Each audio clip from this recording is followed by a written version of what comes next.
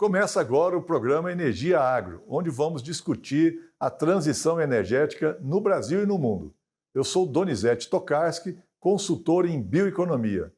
Neste programa, vamos falar das conquistas legislativas que o setor de biocombustíveis obteve no último ano. E o nosso convidado é um dos principais articuladores do setor no Congresso Nacional. O deputado Alceu Moreira, presidente da Frente Parlamentar do Biodiesel, já foi deputado por vários mandatos, secretário de Estado, deputado estadual, prefeito. Seja muito bem-vindo, deputado Alceu Moreira. Então, Donizete, eu tenho a impressão, pessoal, já com muito tempo de mandato, estou no quarto mandato, que este é um dos projetos que ele se transforma numa política pública por inteiro, né? Ele vem desde a lavoura até o centro de consumidores, ou nas prateleiras do Brasil ou do mundo. O que era muito necessário nisso? Que nós tivéssemos um relator que pudesse conversar com todos os setores do parlamento e cortando as arestas, tirando as dúvidas, fazendo consenso.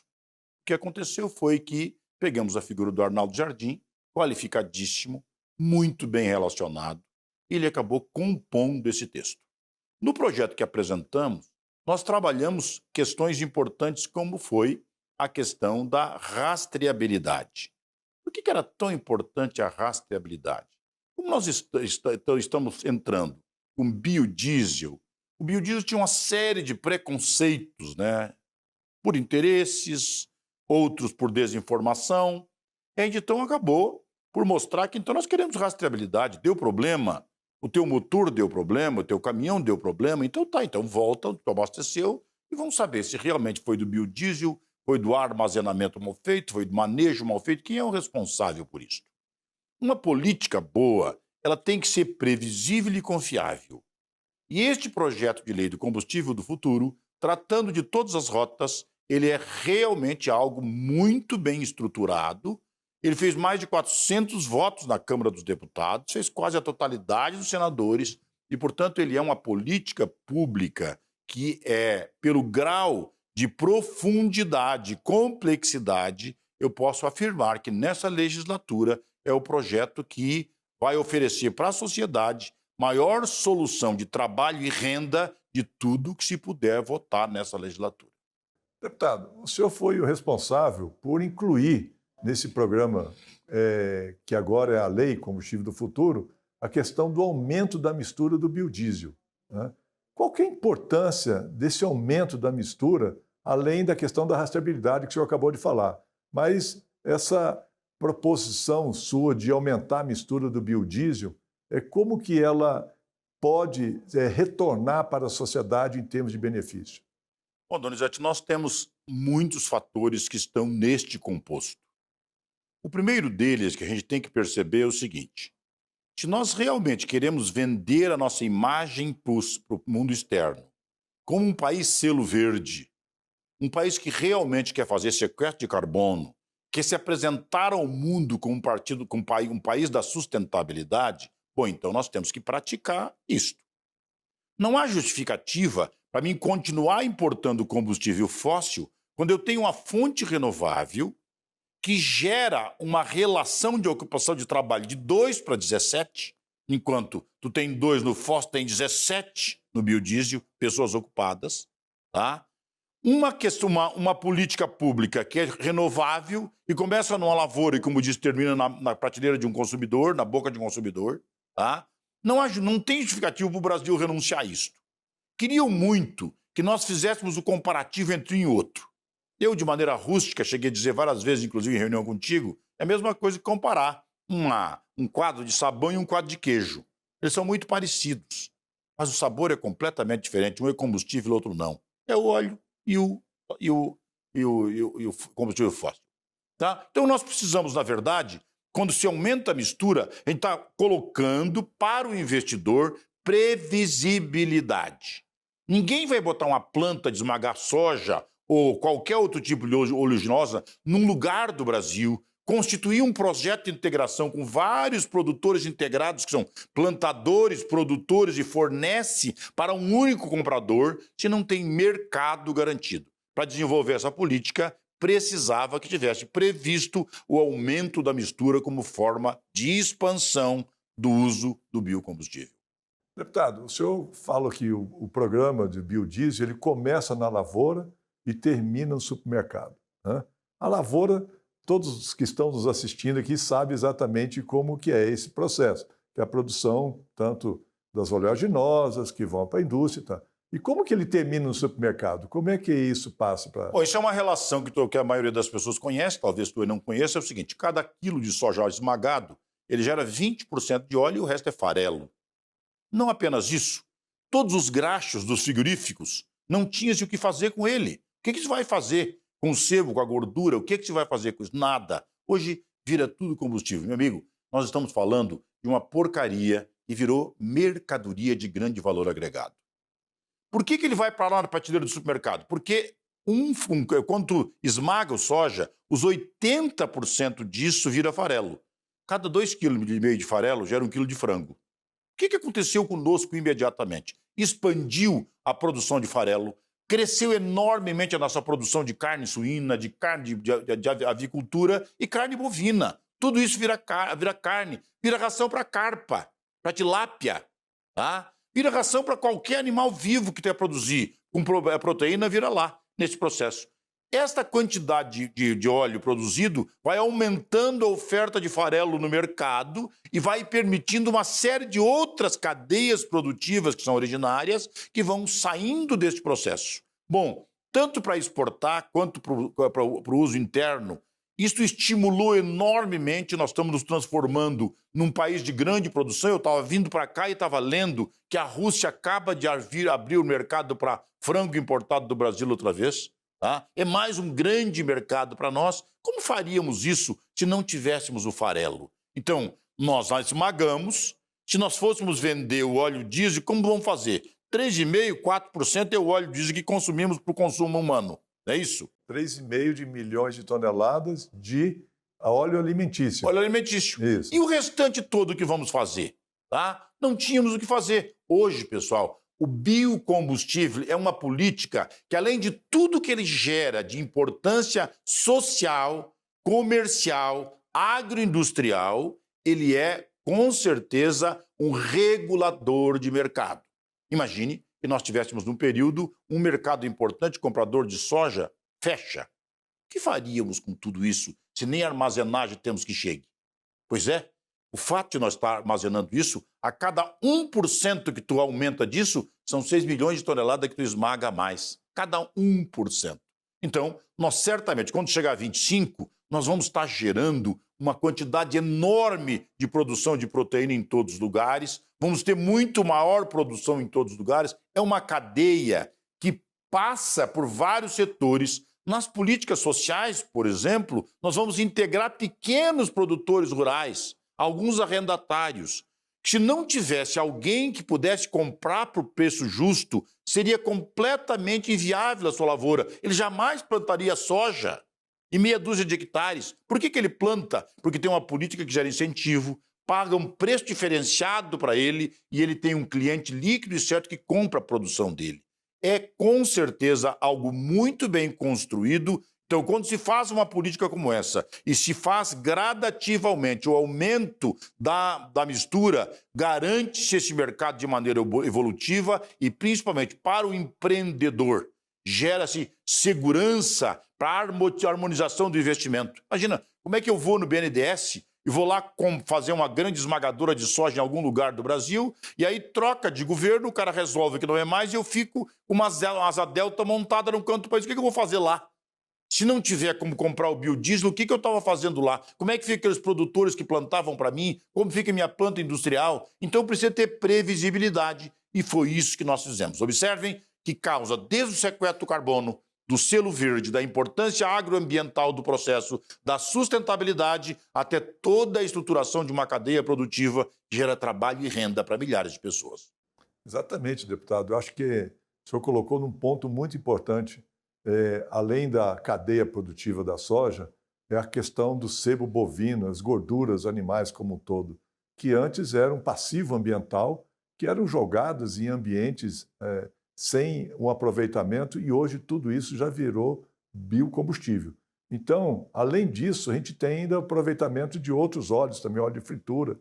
Então, o programa do selo, do programa do biodiesel, ele afeta a vida de todo cidadão, né? Que além de produzir energia limpa, né, produz alimentos, barateia o custo da carne e aumenta a exportação. O Brasil aumentou a exportação de carne nesse último ano, com o aumento da mistura do biodiesel? Enormemente. Mas não apenas aumentou, porque quando tu vai do outro lado do mundo e faz um contrato de exportação, tu te compromete a fornecer X quantidade de produto e tu tem que cumprir contrato.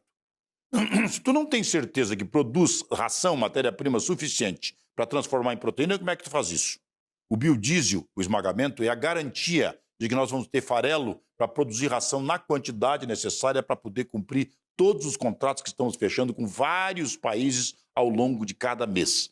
Tudo isso está acontecendo. No caso das frituras, nós estamos conversando com a Petrobras, aliás, uma audiência que foi você mesmo que marcou, lá com a presidente da Petrobras, nós criar uma política que vai gerar um recipiente específico para que a pessoa possa pegar o azeite utilizado em casa, a gordura, e poder depositar nesse recipiente e receber dinheiro por isso. Tá? O Donizete sabe muito mais do que eu e pode dizer para os telespectadores o que acontece quando nós botamos 1 litro de fritura na pia misturado com água. O que vai acontecer no lençol freático lá embaixo, Donizete? Você viu que eu estou virando um entrevistado aqui, mas é o seguinte, cada litro ele contamina 25 mil litros de água. E nós temos que interromper aqui agora, deputado, porque a gente vai para o intervalo. Nós estamos conversando aqui com o deputado Alceu Moreira e nós voltamos já já.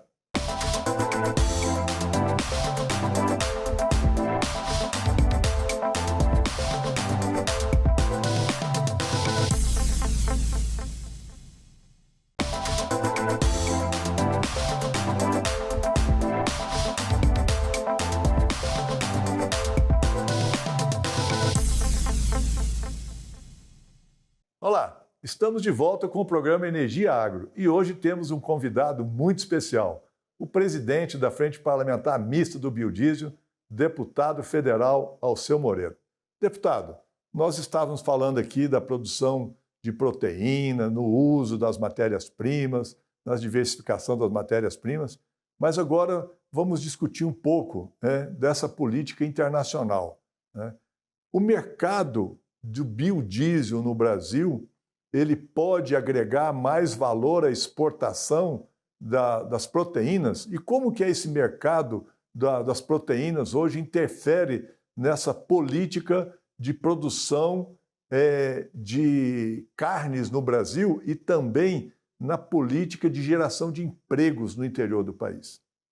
Donizete, se nós quisermos fazer não apenas o biodiesel, mas trazer a planta energética para o Brasil, certamente é o seguinte, nós vamos ter que voltar lá para a década de 40 e 50, quando as estruturas das nossas grandes cidades, elas levavam para a sua periferia, para a sua volta, uma quantidade enorme de plantas industriais que iam para lá, porque tinha energia e tinham logística de transporte.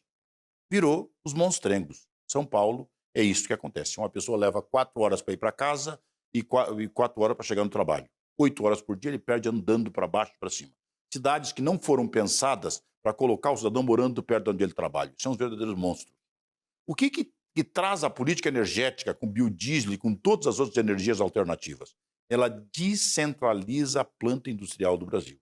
E vai chegar agora, rapidinho, em menos de 5 anos, nós vamos ter plantas industriais em qualquer lugar do Brasil sem um fio, sem um poste, sem nada. Uma planta industrial instalada onde está a matéria-prima. Seja qual for a matéria-prima produzida, vai ter um planta industrial lá. Basta que se tenha um trilho de trem, uma rodovia e a planta vai estar lá. Sabe o que acontece, pessoal? A cidade do Mato Grosso, por exemplo, uma cidade com 30 anos, tem 200 mil habitantes. Da onde saiu esses 200 mil habitantes? Veio um pouco de Porto Alegre, um pouco de Belo Horizonte, um pouco de Minas, um pouco de Fortaleza, um pouco de Pernambuco, um pouco de qualquer lugar. Todo mundo se desgarrou e foi embora. Vai lá ver se nós temos favela. Não, não temos. Qualidade de vida, a geração de trabalho e renda, dignidade para as pessoas. Todo mundo foi para lá com indicação ocupada. Já foi para lá com isso. É um outro país que nasce deste processo. Nós vamos chegar rapidamente no Nordeste. Nós fomos para o Mato Piba, e o Motopiba está se transformando num gigante de produção, e agora vamos entrar no Nordeste. Pensa comigo. Nós não íamos para o Nordeste porque o Nordeste é seco. Pois é. A gente consegue transportar água, mas não consegue transportar sol. Sol não dá para transportar. Solo da melhor qualidade, rico e seco. O que nós vamos fazer? A produção de alimentos do mundo, ela vai crescendo de valor pela escassez de alimento para alimentar a população, e não demora muito, a própria dessalinização das águas, com o mesmo sistema que tem em Israel, vai ser perfeitamente possível. Dessaliniza as águas, fornece água potável para cidades que estão ao longo da beira do mar, no litoral inteiro, a grande população, e as águas interiores servem para produzir alimento. A grande mar verde que vai nascer no Brasil vai ser o Nordeste. O Nordeste vai se ressignificar outra vez, vai vir com muita riqueza a partir desse processo. Como? Pela energia renovável. É de lá que vai sair. É da soja, do milho, é da cana, é a agricultura que vai fazer a redenção disso quando nós fazer a travessia do São Francisco, quando nós conseguir desalinizar as águas, quando nós tiver condição de produzir. Então este é um país que está pronto não apenas para ficar nesse discurso que esse é um país do futuro. Não, esse é um país do presente. Nós aprendemos uma coisa fundamental, nós sempre achamos que tem que ter um jeitinho nisso e naquilo. Uma cultura que veio da exportação é a cultura da credibilidade. Não tem jeitinho. Né? A integridade completa de um programa que gerou grande confiança. Hoje, quando tu fala em alimento no Brasil, em qualquer lugar do mundo, a bandeira do Brasil tem orgulho das cores que ela tem, porque lá tem alimento de qualidade. Não é por outra razão que as COP estão aí fazendo uma série de malabarismos para tentar, de todas as formas, não permitir que essa concorrência de um país grande produtor chegue nas suas prateleiras e quebre algumas economias. É do jogo, é assim mesmo. Deputado, o senhor falou de COP. Né? Ano que vem, nós vamos receber a COP 30 aqui no Brasil. Né? E a COP, a gente vê muito os noticiários sempre falando da Amazônia, da Amazônia, da Amazônia. Né? Eu vou fazer duas perguntas para o senhor. Primeiro é o seguinte, o que nós temos de mostrar de mensagem, os brasileiros têm que mostrar de mensagem para o mundo sobre a COP? É uma questão. A outra é o seguinte, nós vamos discutir só sobre a Amazônia ou vamos discutir também sobre os outros biomas, o Cerrado, o Pantanal, a Caatinga, o Pampa, a Mata Atlântica. E no caso do Pampa, nós tivemos recentemente os fatores agregados à mudança climática que fizeram aquela crise gravíssima no Rio Grande do Sul. O que nós devemos mostrar para o mundo, além da Amazônia? A agricultura sustentável, biocombustíveis, que é um exemplo para o mundo. O que o senhor entende que deve ser mostrado na COP 30 em Belém? Primeiro que a COP 30, o Brasil tem que chegar na COP 30 dizendo que o Brasil quer do mundo e não o mundo quer do Brasil. Nós não devemos nada para o mundo. Tá? Não temos que fazer. Mas não é de maneira reativa, é preparatória.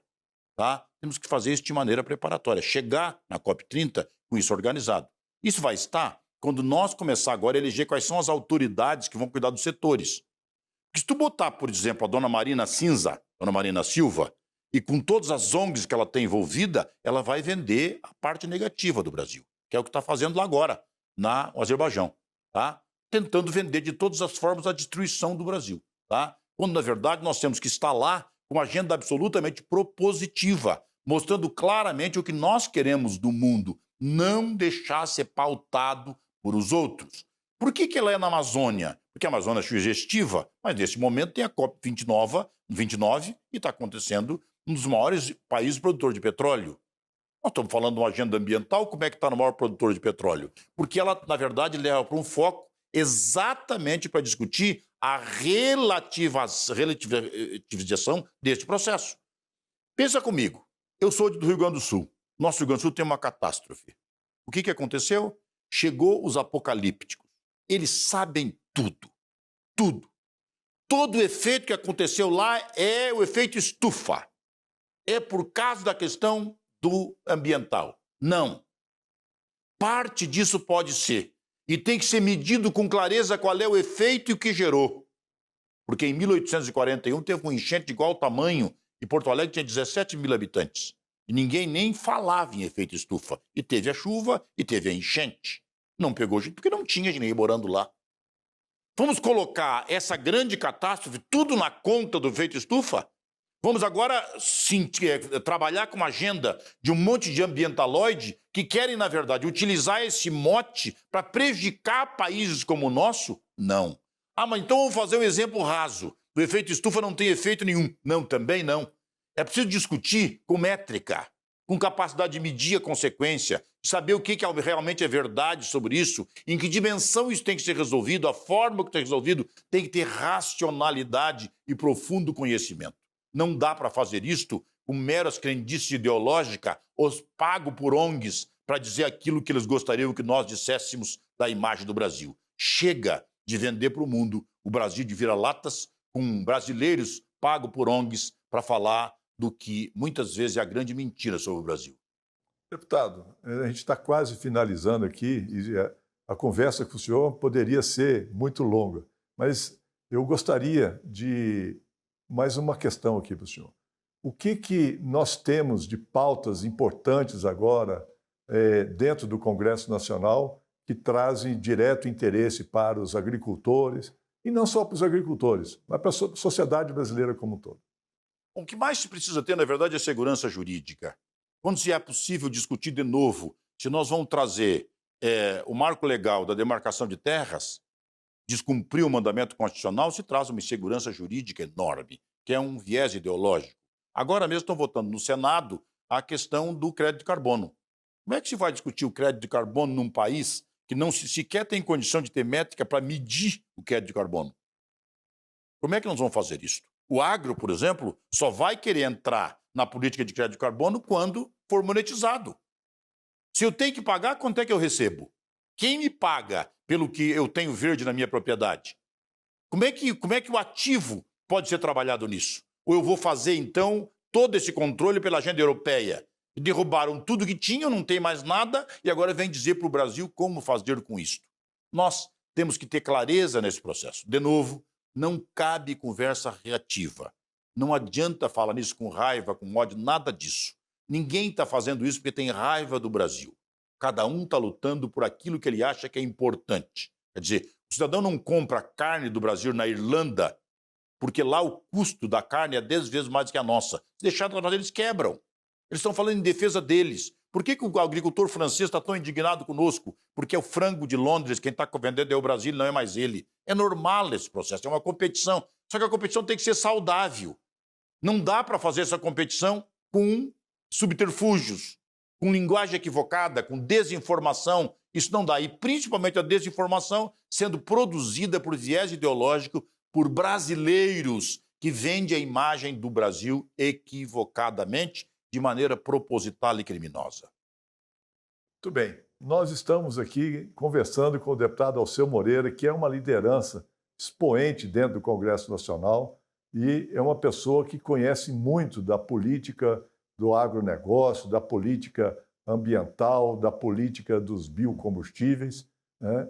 O tempo com ele teria que ser muito maior. Entretanto, nós chegamos ao fim do programa, né? Gostaria de agradecer muito a participação dessa pessoa que sabe debater as questões com profundidade e apresenta soluções. Então, eu quero agradecer aqui a presença do deputado Alceu Moreira, pela sua liderança, pelo seu trabalho e pelo seu posicionamento sempre crítico, mas construtivo para buscarmos um país cada vez melhor. Muito obrigado. Chega o nosso fim do nosso programa. Até a próxima.